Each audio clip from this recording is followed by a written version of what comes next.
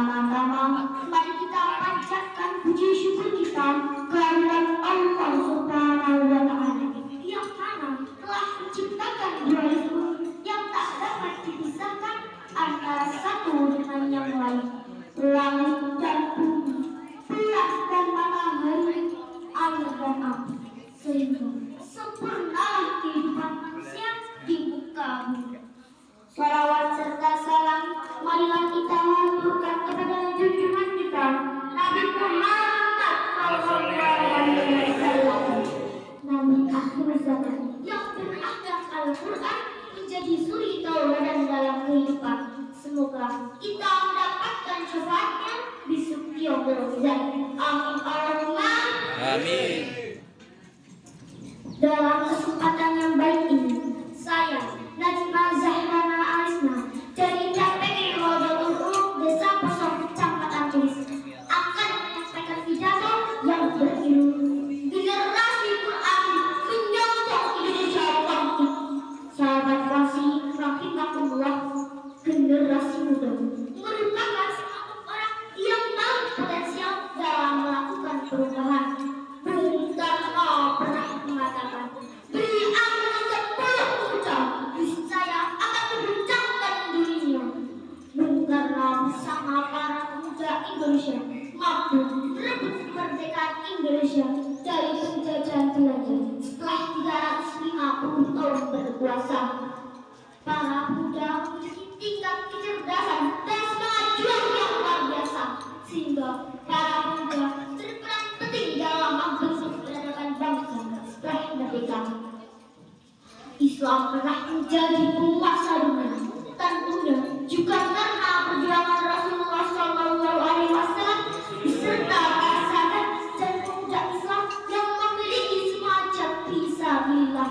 Rasulullah SAW yang dibimbing langsung oleh Allah Subhanahu wa Ta'ala melalui wahyu yang tercatat, yaitu Al-Quran, mampu mengatakan umat Islam menjadi bersatu peradaban.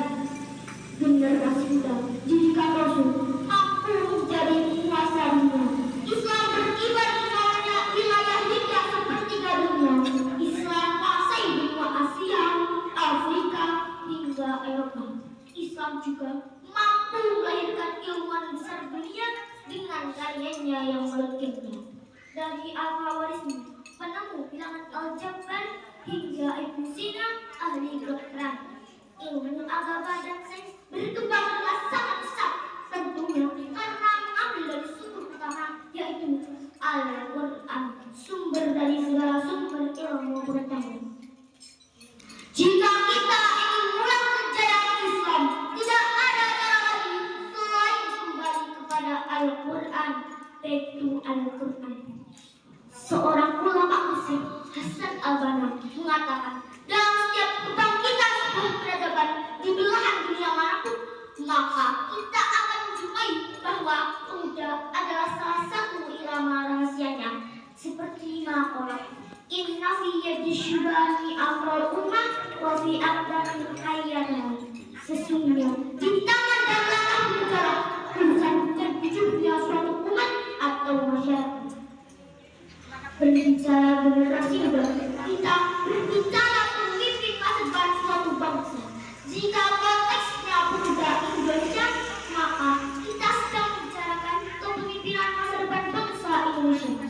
Yang menjadi pertanyaan saat ini adalah bagaimana kondisi generasi muda Indonesia.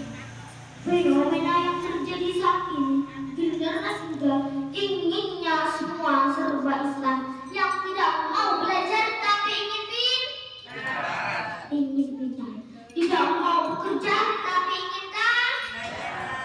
ingin kaya, tidak mau berusaha tapi ingin berjalan, sehingga yang sering kita jumpai generasi yang suka rebahan, suka chattingan, suka Facebookan, suka TikTokan, dan suka an yang lainnya. Betul apa betul? Sahabat kasih rahimakumullah, kesuksesan tidak dapat diraih hanya dengan tebar atau berpengkotapan. Allah Subhanahu wa Ta'ala telah menjelaskan dalam Al-Quran surat Ar-Ra'd ayat 11.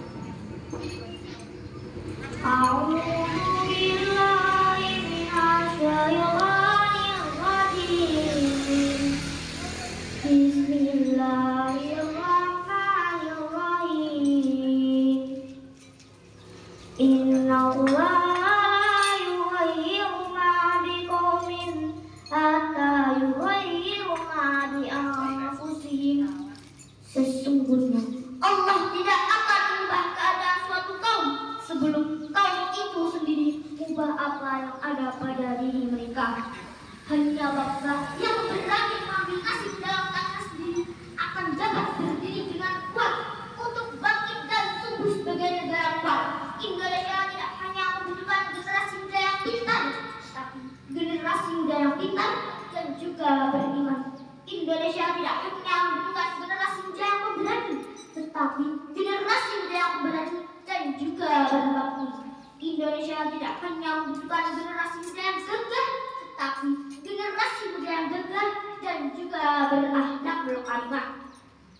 Dan jawaban akan semua ini adalah generasi muda yang berjiwa Qur'ani, yaitu generasi yang berpegang teguh dengan Al-Quran, menjadikan Al-Quran sebagai pedoman, selalu membaca dan memahami Al-Quran, dan tak lupa untuk mengamalkan dalam seluruh aspek kehidupan.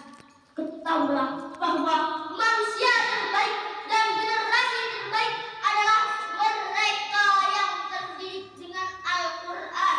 Karena itulah Rasulullah SAW bersabda, "Khairukum man ta'allama al-Qur'ana wa 'allamahu." Sebaik-baik di antara kalian adalah yang belajar Al-Quran dan mengamalkannya. Jangan merasa malu ketika teman kita Facebookan kita belajar Al-Quran. Jangan merasa malu ketika teman kita chattingan kita belajar menghafal Al-Quran. Jangan merasa malu ketika teman kita tiktokan kita datang ke pengajian. Seorang penulis Leo Tolstoy mengatakan, semua orang ingin mengubah dunia, namun tidak ada yang berpikir untuk mengubah dirinya sendiri. Kata-kata ini memberikan solusi bahwa untuk mengubah suatu bangsa sangatlah sederhana, yakni dimulai dari mengubah diri sendiri. Dan marilah kita mulai mengubah dengan hal yang paling sederhana, yaitu menjadi anak yang soleh-solehah, yang berbakti kepada orang tua, berguna bagi agama, nusa dan bangsa. Teman-teman, tahukah ciri-ciri anak yang soleh-solehah? Tahu. Alamat anak soleh ibu papat wadane mukmin angin syariat kang dilisane arus nandikane kapindo mulya agung ing wong tuwane monggo sareng ya Rasulullah.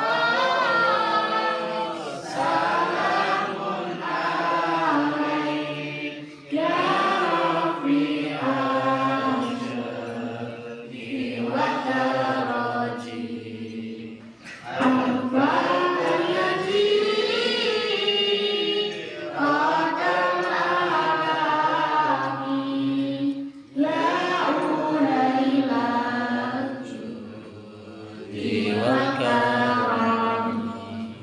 Kaping telu asih ing bocah cilik-cilik uga marang sadulur uga gawe becik. Kaping papat langgeng